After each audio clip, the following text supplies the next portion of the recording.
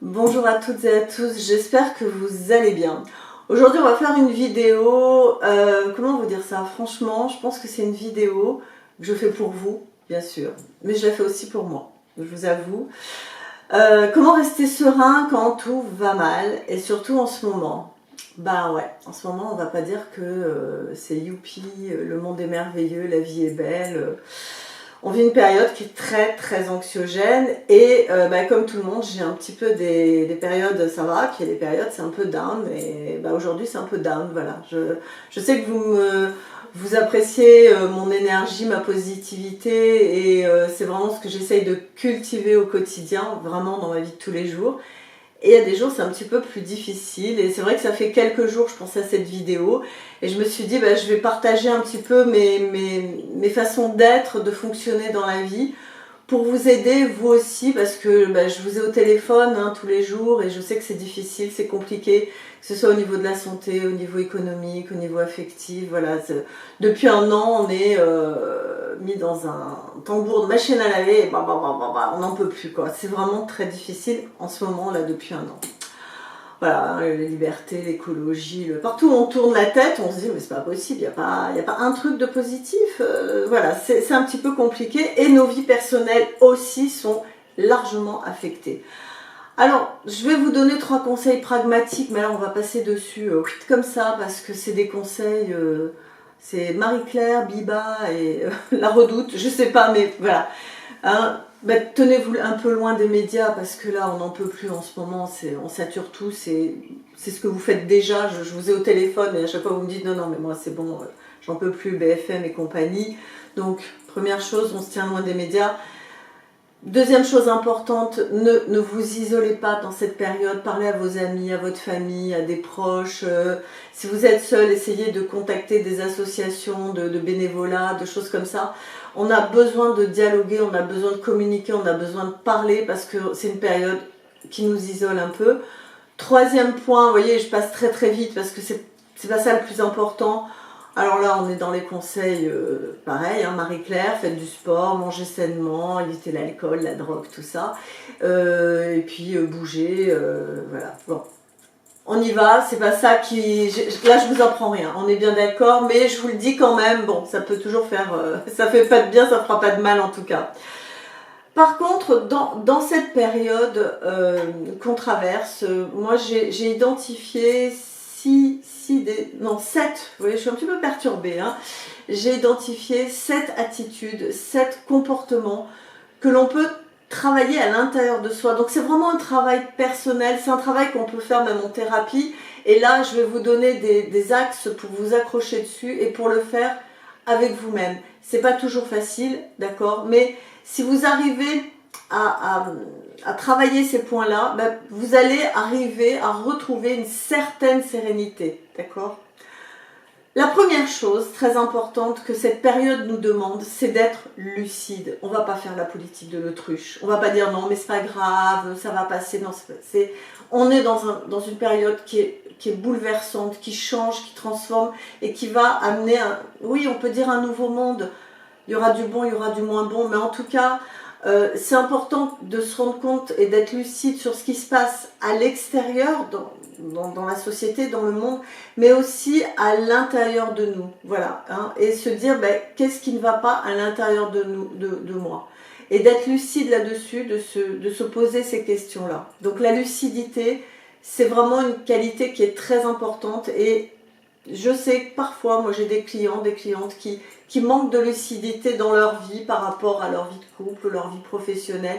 Et je leur dis, regardez les faits tels qu'ils sont, pas tels que vous aimeriez qu'ils soient. C'est difficile, mais vivre dans l'illusion, c'est encore plus dur.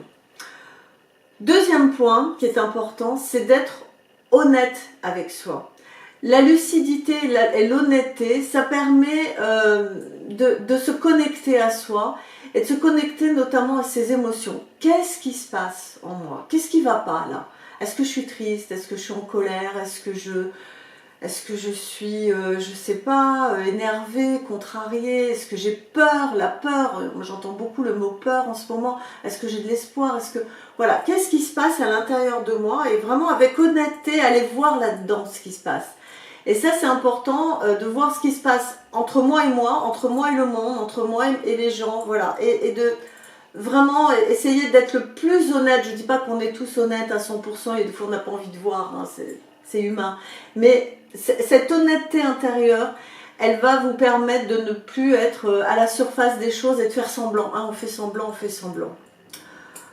Cette honnêteté, cette lucidité, ça va vous amener quelque chose qui va pas être agréable, je vous le dis de suite. Ça va être d'accepter d'être vulnérable.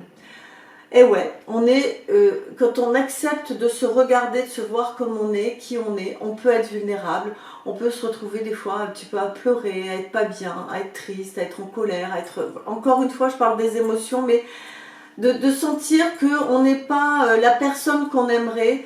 Et je dis souvent, là depuis un an, moi je me rends compte d'une chose, c'est que les masques tombent, les gens en ont marre de donner une image d'eux-mêmes qu'ils ne sont pas au fond d'eux-mêmes.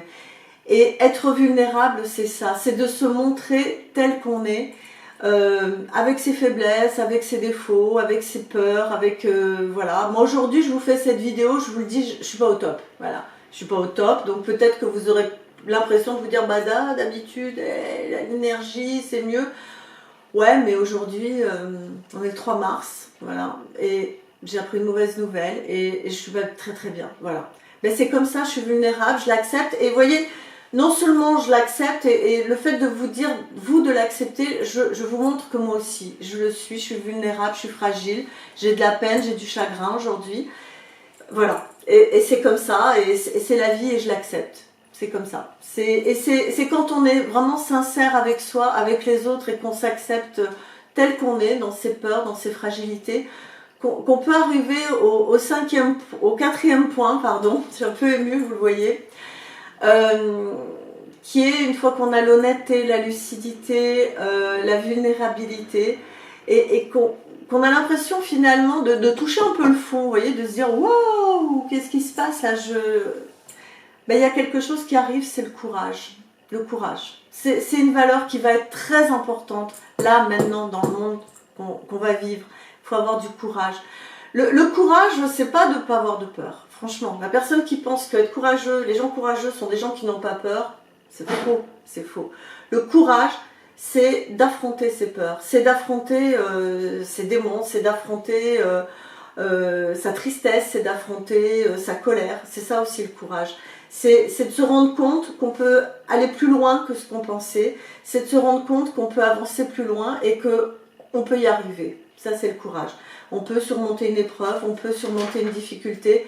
Et hier, je suis tombée par hasard sur un documentaire où une femme avait été en précarité à la rue, etc. Et avait eu des maladies, enfin, vraiment eu un destin, cette pauvre dame, très très lourd. Et là, elle y arrivait, elle travaillait et tout, et sa fille disait, mais ma mère, mais quel courage, quelle force, voilà, parce qu'elle a pu traverser ces épreuves. Et quand on passe par toutes ces épreuves, qu'on a le courage, ensuite arrive quelque chose qui est très important, ça va être d'avoir l'espoir. L'espoir, c'est pas la rêverie, l'espoir, c'est pas de l'illusion. L'espoir, c'est la capacité de se dire, ben, je vais être capable de mettre en place des choses nouvelles, de mettre des projets, de me projeter, d'avancer, de me dire que je vais aller voir d'autres énergies dont j'ai besoin, qui vont être l'optimisme, l'enthousiasme, la joie, pourquoi pas. C'est ça que l'espoir nous donne. Et c'est le courage qui va l'alimenter. Vous voyez comment tout clac-clac s'imbrique l'un dans l'autre. Et une fois qu'on a l'espoir que les choses avancent, il y a un phénomène qui se met en place et qui arrive et qu'on découvre à ce moment-là, il y a une espèce de bascule, on se retrouve dans la gratitude.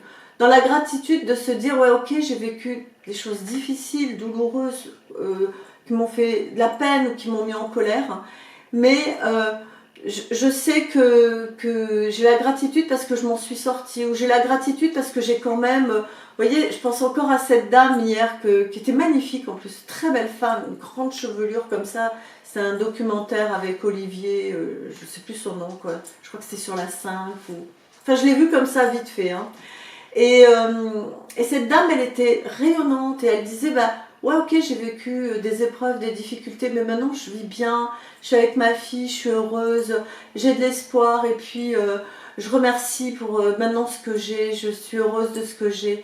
C'est ça la gratitude, c'est de se dire ok on peut passer des moments douloureux, difficiles et être dans la gratitude de ce qui est encore là, de ce que l'on peut faire, du fait qu'on peut encore évoluer, qu'on peut encore avancer. Et puis, c'est un exercice que je vous avais proposé dans une de mes vidéos. Je vous mettrai le lien dessous sur la gratitude.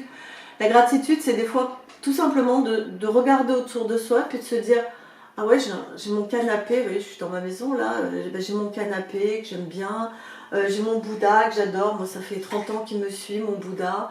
Bah tiens, ce petit pull, je l'aime bien, il me plaît. » Enfin, voilà, vous allez vous dire c'est matériel, j'ai ma lampe qui a lâché là, bon c'est pas grave. Mais c'est pas que matériel, c'est aussi dans la gratitude, j'ai des gens que j'aime et qui m'aiment et qui me le montrent, voilà, c'est ça la gratitude. Et quand on a traversé tout ça, vous voyez, c'est une traversée un petit peu, ben on arrive à avoir une sérénité, une certaine sérénité. On sait qu'on peut supporter des épreuves, on sait qu'on peut les dépasser, les transcender, qu'on a le courage, qu'on a l'espoir, qu'on a la foi, et on sait que les choses vont changer. Et cette sérénité dont je vous parle, c'est pas la sérénité forcément du détachement de tout et je m'en fiche de tout ce qui m'arrive, non, au contraire, c'est une sérénité habitée par des émotions, par des choses fortes, mais où on prend un peu de recul, de distance, et on sait qu'on peut y arriver, on sait qu'on va avancer, et on garde une sérénité, une tranquillité, on se dit ok, d'accord, il y aura encore des épreuves, même pas peur, même pas peur. Ok, voilà, c'était ce que je voulais partager avec vous. C'est une vidéo qui me touche beaucoup, beaucoup, beaucoup, parce que je vous dis aujourd'hui c'est pas un jour très joyeux pour moi, bon c'est comme ça, c'est la vie. Et j'avais envie de partager avec vous, de vous dire que même dans les moments où on vit des épreuves, où c'est difficile, on peut continuer à avancer. Et j'avais envie, moi, de vous communiquer ça, cet espoir, ce courage, et aussi de vous dire toute la gratitude que j'ai pour toutes les personnes qui regardent la chaîne, tous les messages gentils que vous me laissez en commentaire, vraiment ça me touche beaucoup. Et ouais, je suis un petit peu émue. Et voilà, je suis heureuse de cette chaîne, de son évolution, de qui vous êtes, des gens qui m'appellent. C'est beaucoup de positivité, beaucoup d'amour, Merci.